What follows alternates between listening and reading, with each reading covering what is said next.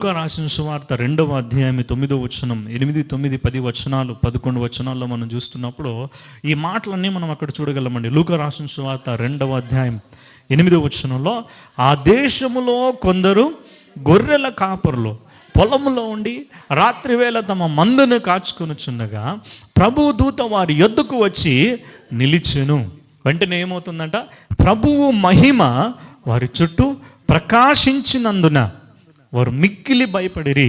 అయితే ఆ దూత భయపడుకుడి, ఇదిగో ప్రజలందరికీ కలుగబోవు మహా సంతోషకరమైన ఒక శుభ వర్తమానాన్ని నేను మీకు తీసుకొని వచ్చాను.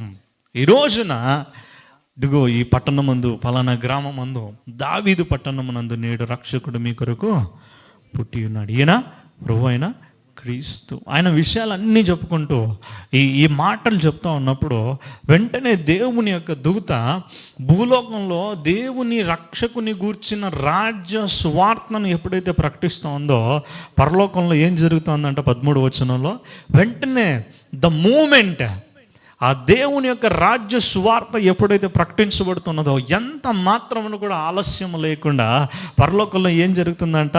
పరలోక సైన్య సమూహము ఆ దూతతో కూడా నుండి ఏం చేస్తుందంట? సర్వోన్నతమైన స్థలములలో దేవునికి మహిమయు ఆయనకిష్టులైన మనుషులకు భూమి మీద సమాధానం కలుగునుగా కానీ దేవుని స్తోత్రము చేయిచు ఉండెను. ప్రైజ్ ది లార్డ్, హల్లెలూయా. రాజ్య సువార్తను ప్రకటించడానికి వచ్చింది ఒక దూతే. మనకు కనిపించేది ఆ గొర్రెల కాపర్లతో మాట్లాడుతున్నది ఒక దూత. కానీ దేవుని రాజ్య సువార్త ఎప్పుడైతే ప్రకటించబడుతుందో, రక్షకుని గూర్చిన వార్త ఎప్పుడైతే మనుషులకు వినబడుతుందో, వారు ఎప్పుడైతే ఒక నిరీక్షణ అనేది వారి హృదయాలలో కలుగుతూ ఉన్నదో, పరలోకంలో ఏం జరుగుతుందంట? ఒక సెలబ్రేషన్ జరుగుతూ ఉందంటండి. ప్రైజ్ ది లార్డ్, హల్లెలూయా. ఒక సెలబ్రేషన్. వెంటనే పరలోకమందున్న సైన్య సమూహము, ది ఆర్మీ ఆఫ్ ఏంజల్స్, అవి ఎన్ని వేలు ఉన్నాయో, ఎన్ని కోట్లు ఉన్నాయో మనకైతే అక్కడ చెప్పడం లేదు. బట్ హ్యూజ్ ఆర్మీ, ఒక సైన్య సమూహము అక్కడ వచ్చి దేవుణ్ణి స్తుతిస్తూ ఉన్నాయంట. ఈ వార్త ఎవరికైతే వినబడుతోందో అదేం చేస్తుందంట? ఈ భూమి మీద ఉన్న మనుషులందరికీ కూడా ఏం కలిగిస్తూ ఉందంట? దేవుని యొక్క సమాధానాన్ని కలిగిస్తుంది. ఇదిగో సర్వోన్నతమైన స్థలములలో, అనగా దేవుని ఉన్నతమైన ఆకాశ మహాకాశములలో దేవుని పరిశుద్ధ నామమునకు మహిమ కలుగునుగాక. ఇప్పుడు భూమి మీద ఆయనకిష్టులైన మనుషులందరికీ కూడా ఏం జరుగుతుందంట? గట్టిగా చెప్పాలి, ఏం జరుగుతుందంట?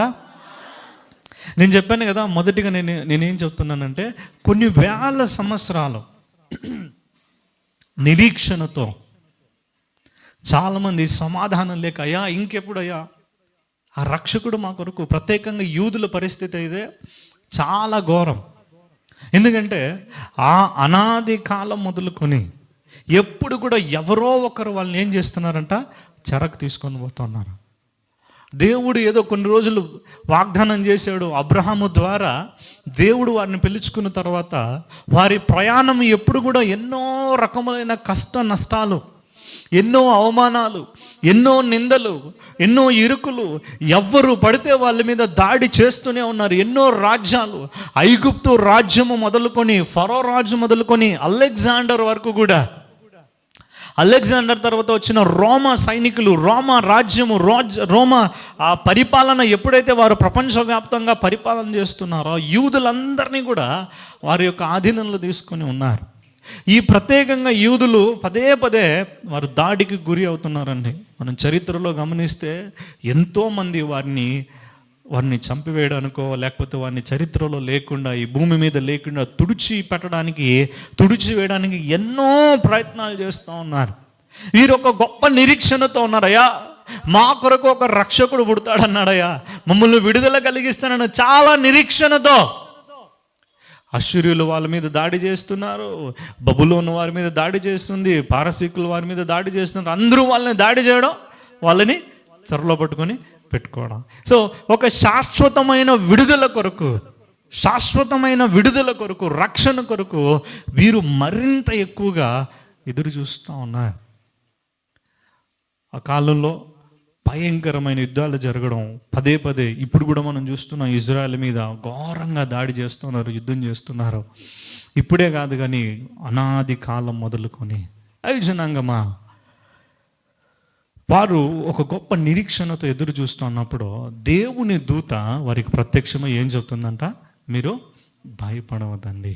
Do not fear, the saviour has be born unto you. ఇదిగో మీరు భయపడాల్సిన అవసరం లేదు, మీ కొరకు మిమ్మల్ని రక్షించడానికి రక్షకుడు ఆయన జన్మించున్నాడు. కాలము ఎప్పుడైతే కాలము పరిపూర్ణమవుతున్నదో, కాలము సంపూర్ణమవుతున్నదో, when the time has come, ఆ సమయము సమీపించినప్పుడు దేవుడు ఏం చేస్తున్నాడంట, అద్భుతమైన కార్యాన్ని వారి జీవితాల్లో జరిగిస్తున్నాడంట. దేవుని బిడ్డలంగా మనము ఈ రాజ్య సువార్తను, ఈ సందేశాన్ని అనేక మందికి మనం తీసుకుని వెళ్ళే వారిగా ఉండాలంటే మన బాధ్యత ఏంటంటే, ఒక నిజమైన క్రిస్మస్ అర్థం ఏంటంటే దేవుని యొక్క ఈ రాజ్య సువార్తను ఆనాడు దేవుని దేవదూతలు తీసుకుని నిరీక్షణ లేని మనుషులకు, భయముతో ఉన్న మనుషులు, కలవరముతో ఉన్న మనుషులు, రకరకములైన సమస్యలతో ఉన్నారు. ఇదిగో నువ్వు భయపడవద్దు, నీ కొరకు రక్షకుడు జన్మించున్నాడు. He can do anything for you, everything for you. ఆయన నీ కొరకు సమస్తమును చేయగలిగిన వాడు, నీ కొరకు ఏదైనా ఆయన చేయగలిగిన వాడు. ఈరోజు చాలామంది నిరీక్షణ లేకుండా, అయ్యో మమ్మల్ని ఎవరు రక్షిస్తారో, మేమున్న ఈ పరిస్థితుల్లో, మా పరిస్థితులను ఎవరు బాగు చేస్తారు, మా జీవితాలను ఎవరు కడతారయ్యా, మాకు ఎవరు విడుదల కలిగిస్తారు, మా బ్రతుకులను ఎవరు మారుస్తారు. శూన్యం. ప్రశ్నలు అయితే ఉన్నాయి కానీ సమాధానం లేదన్నమాట. ఏంటి ప్రశ్నలు అయితే, there are so many questions but there is no answer. చాలామందికి చాలా రకాలైన ప్రశ్నలు ఉన్నాయి వారి యొక్క జీవితాన్ని గురించి, కానీ వారికి జవాబునిచ్చేవారు లేరు. దైవ జనాంగమా, ప్రభువైన యేసు క్రీస్తుని అంగీకరించిన మనము, ఆయన యొక్క రక్షణ తెలుసుకుని ఉన్న మనము, ఆయన నిరీక్షణ సంబంధమైన సువార్తను తెలుసుకుని ఉన్న మనము, మన సెలబ్రేషన్ ఎట్లా ఉండాలంట, అనేక మందికి ప్రకటించేదిగా ఉండాలి. మన యొక్క సెలబ్రేషన్, మన యొక్క పండుగ అనేది ఏంటంటే దేవుని యొక్క రాజ్య సువార్తను తెలియని వారికి, దేవుని యొక్క ప్రేమను తెలియని వారికి మనం ఏం చేయాలంట, తెలియచెప్పేవారికి ఉండాలి. దాని కొరకు ఏదైనా మనం చేయాలి, ఏదో ఒకటి మనం దాని కొరకు చేయాలండి. ఎట్లా మనం ప్రకటించగలం, ఏ రీతిగా మనం దాన్ని ప్రకటించగలం? ప్రభువైన యేసుక్రీస్తు ఆయన ఈ లోకంలో జీవించినప్పుడు ఆయన దగ్గరికి వచ్చిన అనేక మందిని ఆయన ధైర్యపరుస్తూ ఉన్నాడండి. ప్రైజ్ ది లార్డ్, హల్లెలూయా. ఈ లోకంలో మనిషికి అన్నింటికంటే ప్రాముఖ్యంగా కావాల్సింది ఏంటో తెలుసా అండి? ధైర్యం కావాలండి. ఏం కావాలా? ధైర్యం ఉంటే ఏమైనా చేసుకోగలరు అన్నమాట. మనలో ధైర్యం లేదనుకోండి, ఈ రోడ్డు దాటి కూడా మనం బయటికి వెళ్ళలేం. రాత్రి చీకటి అయిపోయింది అనుకోండి, ఏమొస్తుంది మనకు? భయం వస్తుంది. ఆ భయమును జయించే ధైర్యం మనలో ఉందనుకోండి, మన ముందు ఎంత పెద్ద సమస్య ఉన్నా దాన్ని మనము ఎదుర్కోగల. ఈరోజు చాలామందికి ధైర్యం లేక, బయటికి రాలేక, వాళ్ళ ముందు ఉన్న సమస్యలను, పరిస్థితులను ఎదుర్కోలేక వాళ్ళకి జీవితాలను వాళ్ళు ఏం చేస్తున్నారు, మధ్యలోనే ముగించేస్తూ ఉన్నాను, క్లోజ్ అయిపోతూ ఉంది. వాళ్ళని ధైర్యపరచాలి. యేసుక్రీస్తు ఆయన దగ్గరికి వచ్చిన ఎంతోమందిని ఆయన ధైర్యపరుస్తున్నాడు. నువ్వు విశ్వాసముతో, నమ్మకముతో నీవు ఉన్నావా, ఇదిగో అమ్మా నీ విశ్వాసమే నిన్ను ధైర్యపరుస్తోంది. ఆయన ఏం చేస్తుంది? నిన్ను స్వస్థపరుస్తుంది, నిన్ను బాగు చేస్తుంది. బీ కరేజియస్, ధైర్యంగా ఉండు. యెహోషువతో దేవుడు ఏమన్నాడు? ఇదో యెహోషువ, నేను మోషేకు ఏ రీతిగా అయితే తోడై ఉన్నానో నేను నీకు కూడా, నువ్వు నిబ్బరము కలిగి. అంతమందిని చూసేపాటికి యెహోషువకి ఏమైపోయింది? మా నాయకుడు, ప్రపంచ ప్రఖ్యాతిగాంచిన నాయకుడు, చాలా జ్ఞానం కలిగిన వాడు, మోషే వల్ల కాలేదయ్యా ఇజ్రాయెల్ నడిపించడానికి. ఆఫ్టర్ ఆల్ ఆయన శిష్యుణ్ణి నేనెంత? దేవుడు ఏమన్నాడు ఆయనకు బలం ఇవ్వలేదండి, ఆయనకు అధికారం ఇవ్వలేదు, ఆయనకు ధనం ఇవ్వలేదు, ఆయనకు తెలివినో లేకపోతే ఇంకోటి ఏదో ఇవ్వలేదు, లేకపోతే ఒక మ్యాజిక్ ఇవ్వలేదు అనమాట. నువ్వు చిటికేస్తే అందరూ నీ మాట వింటారు పోన్లే.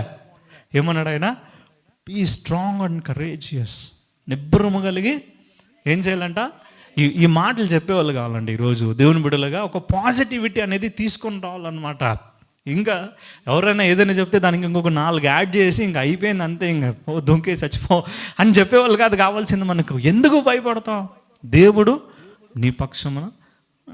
యేసుక్రీస్తు దగ్గరికి వచ్చినప్పుడు చూడండి, మత్తయి రాసిన సువార్త 9వ అధ్యాయం 2వ వచనంలో ఆయన ఎంతగా, ఒక ఉదాహరణ మాత్రం నేను చెప్తున్నాను, ఆయన ఏమన్నాడు? 2వ అధ్యాయం 9వ వచనంలో మనం చూసినప్పుడు ధైర్యముగా ఉండుమో. ఏమన్నాడు ఆయన? బీ స్ట్రాంగ్ అండ్ కరేజియస్, ధైర్యంగా ఉండు, నీ పాపములు క్షమించబడి ఉన్నాయి. నీ ఉన్న ఈ స్థితికి, నీ ఉన్న ఈ రోగానికి, నీ ఉన్న ఈ పరిస్థితులకి ఒకవేళ నీ పాపమైతే ఆ పాపములను క్షమించగలిగిన సామర్థ్యం కలిగిన రక్షకుడు నీ కొరకు జన్మించి ఉన్నాడు. ధైర్యంగా ఉండు. ఇది చెప్పేవాళ్ళు కావాలన్నమాట. ఏసేమన్నా నువ్వు పాపం చేసావా, నువ్వు ఈ పాపం చేసావా, నువ్వు ఆ పని చేసావా, నువ్వు అయిపోయింది, నువ్వు నరకానికి వెళ్ళిపో, నువ్వు చచ్చిపో, నీ బ్రతుకు మారదు, నీ జీవితం మారదు, నీ పరిస్థితులు మారవని ఆయన చెప్పడం. ధైర్యంగా ఉండు. నీ పరిస్థితిని మార్చడానికి, నీ బ్రతుకును మార్చడానికి, నీ జీవితాన్ని మార్చడానికి నేను ఈ లోకంలో జన్మించాను. మార్చగలిగిన సామర్థ్యం కలిగిన దేవుడను నువ్వెందుకు భయపడతావు? ఇంకా హల్లెలూయా. ఏం చెప్పాలంట మనం ఇప్పుడు? ఏం చెప్పాలి?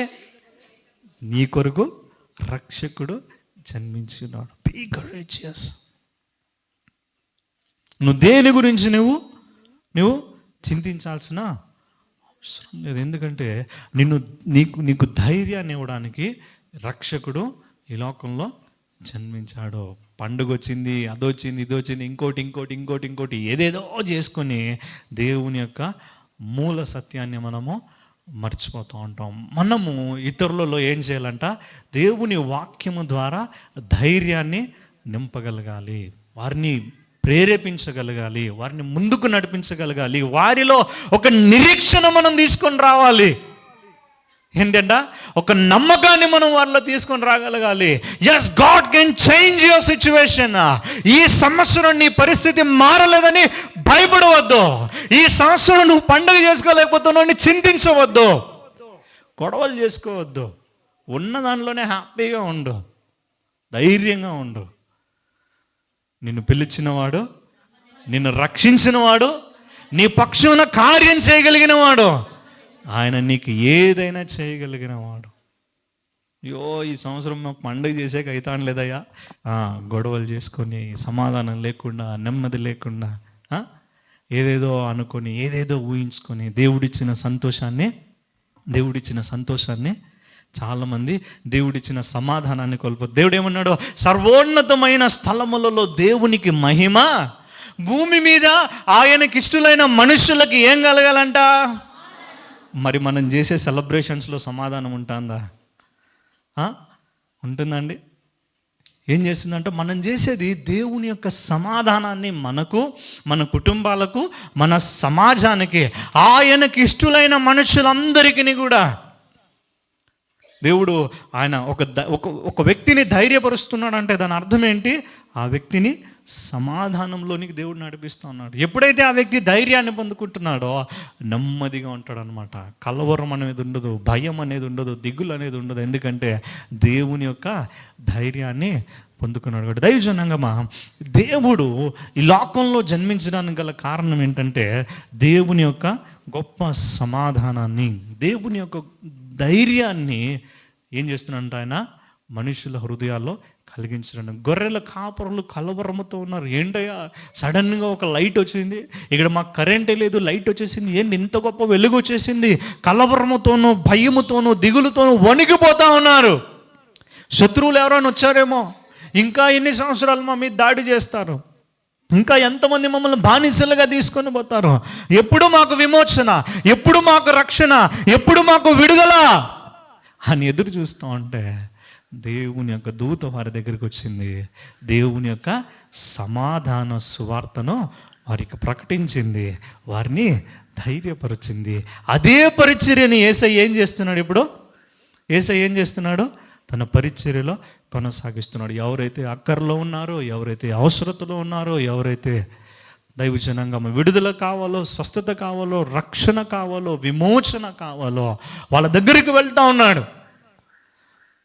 ఆయన ఏం చేస్తున్నాడు? వారిని, మీరు ధైర్యంగా ఉండండి, నేను ఇప్పుడు వచ్చాను మీ పక్షమున యుద్ధం చేయడానికి. ఇంకా కొన్ని వాక్యాలు మనం చూసినట్లయితే మత్తయి రాసిన సువార్త 5వ అధ్యాయంలో, మార్కు రాసిన సువార్త ఒక 2 వచనాలు చూద్దాం. 5వ అధ్యాయం 34వ వచనంలో ఒక మాట ఉంటుంది. ఆయన ఏమన్నాడు? కుమారి, నీ విశ్వాసము నేను స్వస్థపరచెను, సమాధానము గలదానవై నీ బాధ నివారణ నీకు స్వస్థత కలుగునుగా. కానీ ఆమెతో చెప్తున్నాను, ఆమె బాధతో వచ్చింది, దుఃఖంతో వచ్చింది, వేదనతో వచ్చింది, కలవరముతో ఉంది. ఇప్పుడు యేసయ్య ఏం చేస్తున్నాడు? ఆమెనే ఆయన యొక్క సమాధానాన్ని ఇస్తున్నాడు. మార్కు రాసిన సువార్త 10వ అధ్యాయంలో కూడా 52వ వచనాన్ని మనం చూస్తున్నప్పుడు, 음.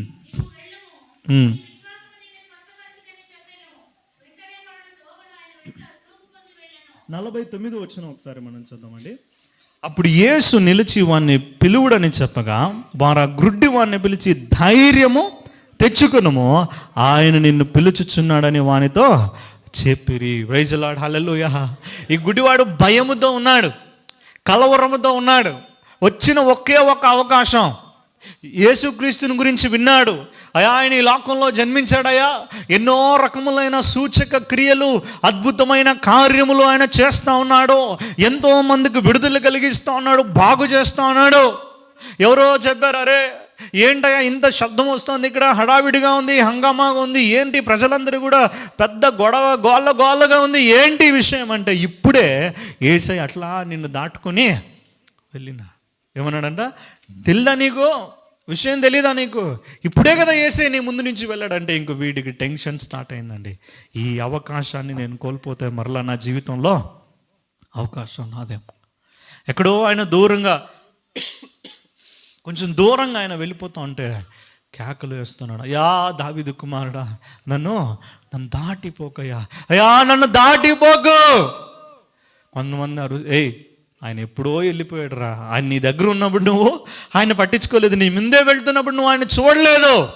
ఆయన ఇప్పుడు నేను దాటి వెళ్ళిపోయాడంటే, దైవజనాంగమా ఇప్పుడు మరింత బిగ్గరగా కేకలేస్తున్నాడు. ఎవరైతే వాడిని నిరుత్సాహపరిచారో ఇప్పుడు వాళ్ళే ఏం చెప్తున్నారు? ఆయనకి ధైర్యం చెప్తున్నారు. Be strong, be courageous. ఆయన నిలబడ్డాడు, ఆయన నిన్ను పిలుస్తూ ఉన్నాడు. Praise the lord, hallelujah, hallelujah, హల్లెలూయా.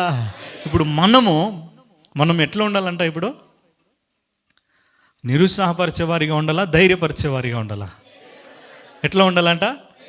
ఆయన నీ ప్రార్థన వినడిపోసాలి, ఇంకా ప్రార్థన చేసింది, ఆయన నిన్ను దాటి వెళ్ళిపోయాడు, ఆవుకు ఇంకా ఇట్లా చెప్పే వాళ్ళుగా ఉండాలా? లేదు, ధైర్యం తెచ్చుకో, ఆయన నిన్ను పిలుస్తూ ఉన్నాడు. ఎట్లా ఉండాలి మనం ఇప్పుడు? ఎట్లా చెప్పాలంట? ఆయన నిన్ను పిలిచాను, ఆయన నిన్ను ఏర్పరచుకునేను, ఆయన నిన్ను రక్షించాను, ఆయన నీ కొరకే జన్మించాడు, నువ్వు ధైర్యంగా ఉండు.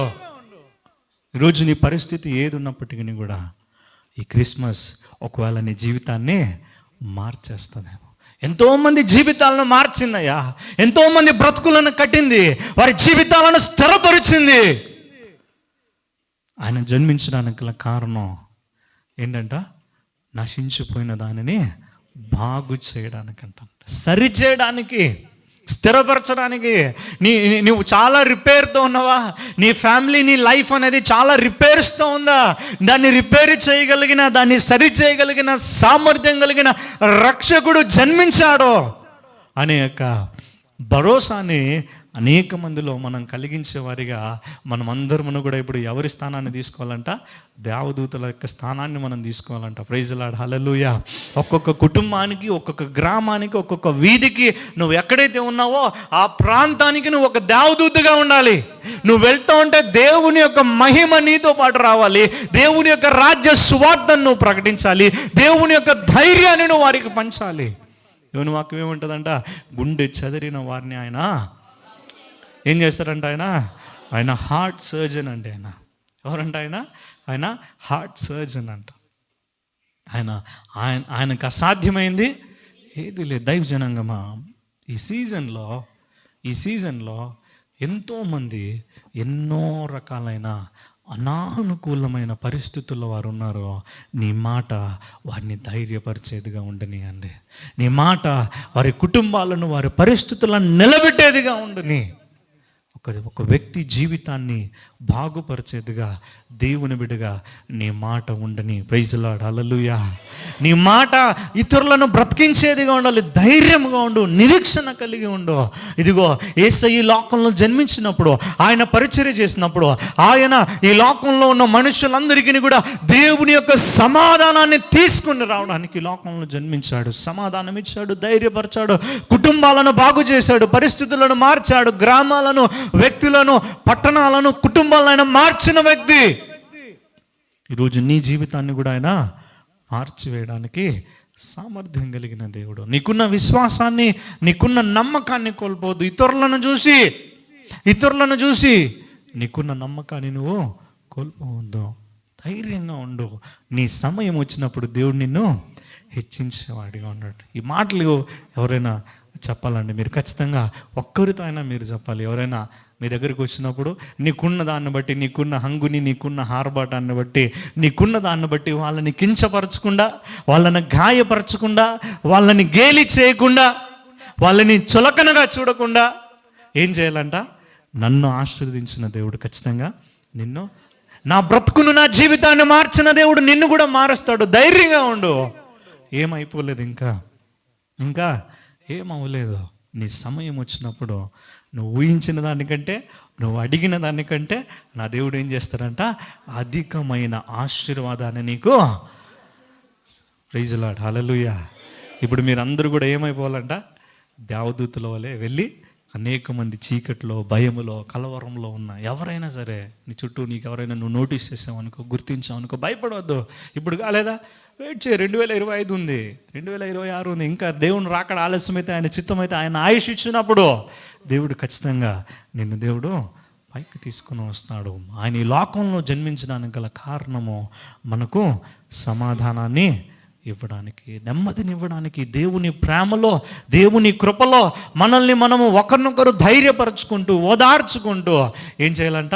క్రీస్తులో మనము ముందుకు వెళ్ళే వారిగా ఉండాలి. దేనిని బట్టి కూడా మనము అతిశయించే వారంగా ఉండకూడదండి. ఇచ్చిన వాడికి తీసుకోవడమో పెద్ద విషయం కాదు. ఇచ్చిన వాడికి తీసుకోవడం పెద్ద విషయం కాదు. దైవ జనాంగమా, దేవుని యొక్క రాజ్య సువార్తను సరైన రీతిగా మనము అర్థం చేసుకోవాలి. దేవుని యొక్క సమాధాన సువార్తను ఏంటంట? దేవుని యొక్క సమాధాన సువార్తను ఎందరైతే అవసరతలో ఉన్నారో వారందరికీ కూడా మనం ఏం చేయాలి? ప్రకటించగలిగినప్పుడు అది నిజమైన సెలబ్రేషన్. అప్పుడు పరలోకంలో దేవుని యొక్క దూతలు నీతో పాటు కలిసి ఆ పరలోక సైన్య సమూహము ఇప్పుడు ఏం చేస్తారంట? నువ్వు ఒక ఆత్మను బలపరుస్తూ ఉన్నప్పుడు, ఒక కుటుంబాన్ని నువ్వు ధైర్యపరుస్తున్నప్పుడు నీతో కలిసి ఎవరు ఆనందించే వారిగా ఉంటారంట? పరలోకంలో ఉన్న సైన్య సమూహం అంతా కూడా నిన్ను బట్టి, ఆ కుటుంబాన్ని బట్టి దేవునికి మహిమ, మరి దేవుడు ఆ కుటుంబానికి సమాధానాన్ని దయచేసేవాడిగా ఉంటున్నాడు. ప్రైజ్ ది లార్డ్, హల్లెలూయా. అర్థమవుతుందా అండి? ఇది నిజమైన క్రిస్మస్ సందేశం అండి. ఇది నిజమైన క్రిస్మస్ సెలబ్రేషన్ అంటే దేవుని రక్షణ పొందుకున్న మనము, దేవుని సమాధానాన్ని పొందుకున్న మనము ఇతరులకు పంచేదిగా ఉండాలి. మిగతా విషయాలు అన్నీ కూడా తర్వాత, అవన్నీ కూడా దీనితో పాటు మిగతా విషయాలు వస్తే అది చాలా బాగుంటుందండి. ఇది లేకుండా మనం మిగతా ఎన్ని కలిగి ఉన్నా కూడా అదేమైపోతుంది? సున్నా అయిపోతుంది. యేసై లేకుండా ఎన్ని ఉన్నా ఏమైపోతుందంట? సున్నా అంట. సో యేసై లేకుండా మన సెలబ్రేషన్స్ కానీ మనం ఒక అర్థం లేని దానిలాగా మనం చేసుకోకుండా దేవుని సన్నిధిలో మనం ప్రార్థన చేయాలి. దేవుడిచ్చిన ప్రతి అవకాశమును బట్టి దేవుని యొక్క రాజ్య సువార్తను, దేవుని ప్రేమను, ఈరోజు చాలామంది చాలా రకములైన భయములతో, కలవరములతో వాళ్ళు ఉన్నారు.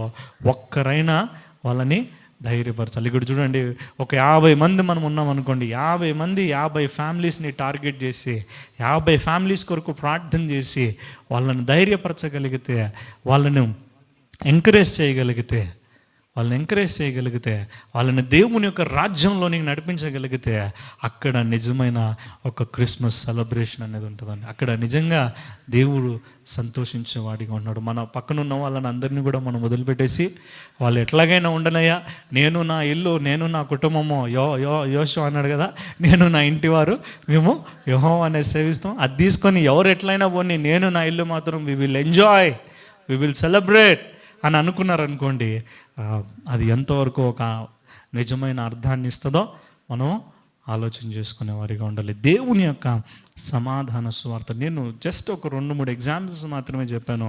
మీరు క్రొత్త నిబంధనలో యేసుక్రీస్తు యొక్క పరిచర్యను 4 సువార్తల్లో చూస్తున్నప్పుడు ఆయన అనేక మంది దగ్గరికి వెళ్ళాడండి. కొంతమందిని రాళ్ళతో కొడుతూ చంపేస్తూ ఉంటే, కొంతమందిని తృణీకరిస్తూ ఉంటే, కొంతమందిని ఊరిలో నుండి, గ్రామంలో నుండి, కుటుంబంలో నుండి బహిష్కరిస్తూ ఉంటే ఆయన అట్లాంటి వాళ్ళ దగ్గరికి వెళ్ళాడు, వారితో కూర్చున్నాడు, వారితో మాట్లాడాడు, వారిని ధైర్యపరిచాడు, వారి జీవితాలను మార్చాడు, దేవుని యొక్క రాజ్యములోనికి వారిని నడిపించాడండి. Praise the lord. Hallelujah, hallelujah, hallelujah. మనం కూడా మన యొక్క కుటుంబాలను సాధ్యమైనంత వరకు మనం చేసే ప్రయత్నం చేయాలి. మనము ఎవ్వరిని మార్చలేము.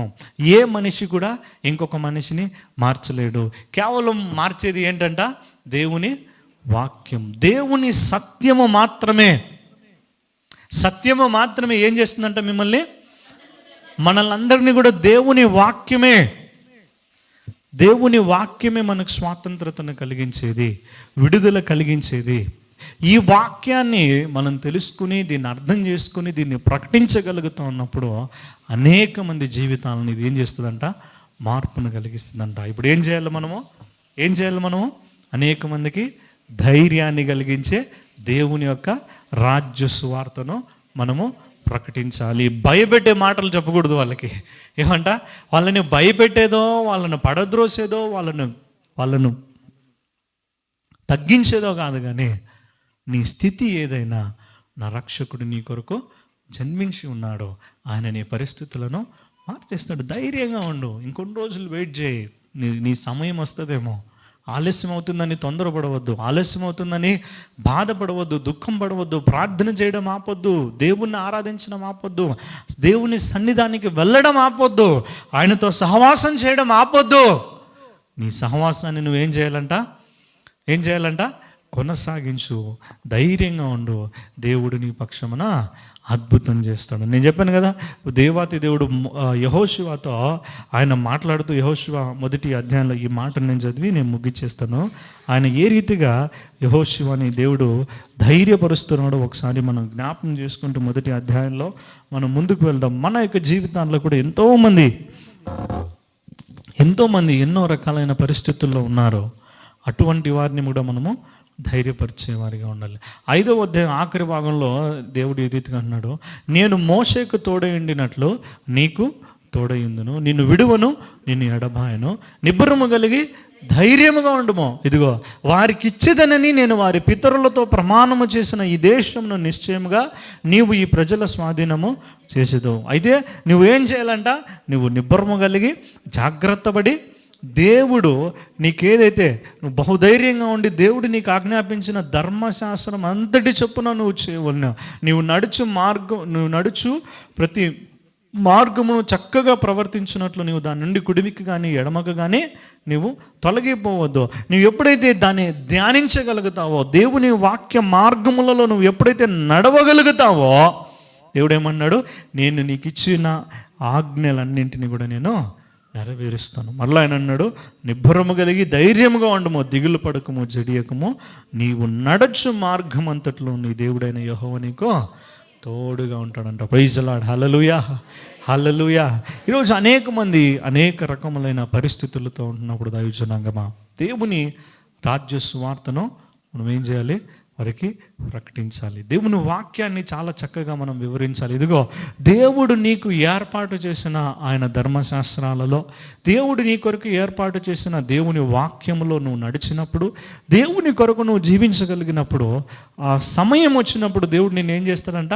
ఆయన హెచ్చించేవాడిగా ఉన్నాడు. నీతో నేను వాగ్దానం చేశాను, ఈ ప్రజలతో నేను ఏదైతే చెప్పానో దాన్ని ఖచ్చితంగా నేను నేను నెరవేరుస్తా. కానీ నువ్వేం చేయాలి?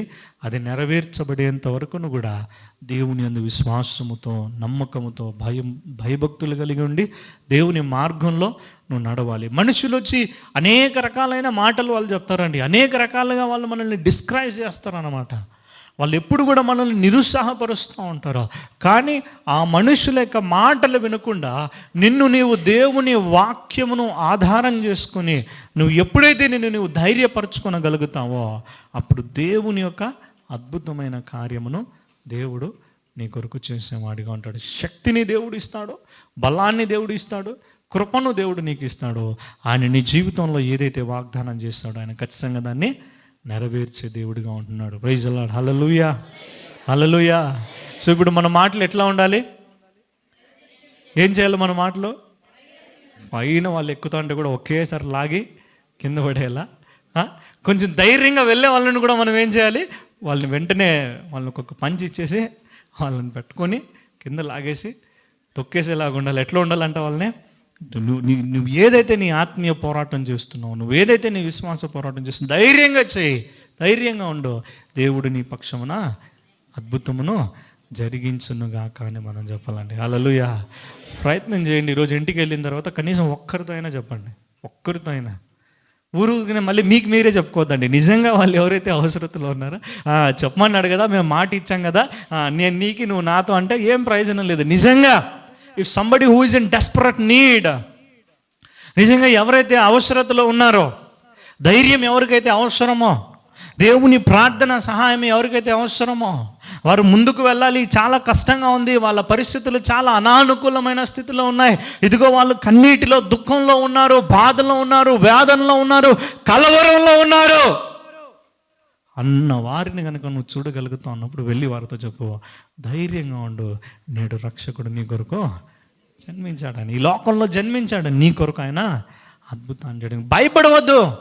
ఎందుకంటే ఆయన నీకున్న కలవరాన్ని తీసివేసి దేవుని యొక్క సమాధానాన్ని తీసుకొని వస్తున్నాడు. ఈ మాట మనం చెప్తున్నప్పుడు, ఈ మాట మీరు మాట్లాడుతున్నప్పుడు నిజంగా మీతో కలిసి అనేకమైన దేవదూతల సైన్య సమూహము దేవుని నామమును మహిమ పరచునుగాక. హల్లెలూయా, హల్లెలూయా. చాలా అద్భుతంగా ఉంటుంది. ఒకసారి ట్రై చేయండి.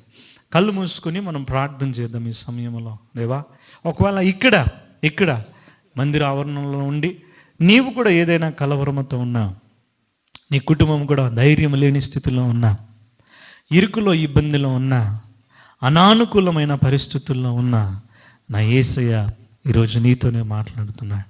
ఆయన నేను ధైర్యపరుస్తూ ఉన్నాడు అని అన్నాడు. నేను నిన్ను విడువను, నిన్ను ఎడబాయను అంటున్నాడు. నేను నీతో వాగ్దానం చేశాను, నిశ్చయంగా నేను నీకు తోడుంటాను అంటున్నాడు. ఈరోజు నా ప్రియ సంగమా, మీరు ఎటువంటి పరిస్థితుల్లో ఉన్నా ఒకరితో ఒకరు మనం ఎంకరేజ్ చేసుకుందాం, ఒకరి కొరకు ఒకరు మనం ప్రార్థన చేద్దాం.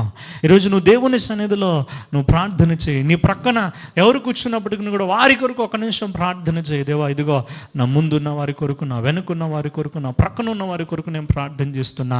వారు ఏ స్థితిలో ఉన్నా నా యేసయ్య వారి యొక్క స్థితి మార్చివేయబడును గాక. అయ్యా, ఒకవేళ వారు ధైర్యము లేని స్థితిలో ఉన్నట్లయితే నీవే వారిని ధైర్యపరు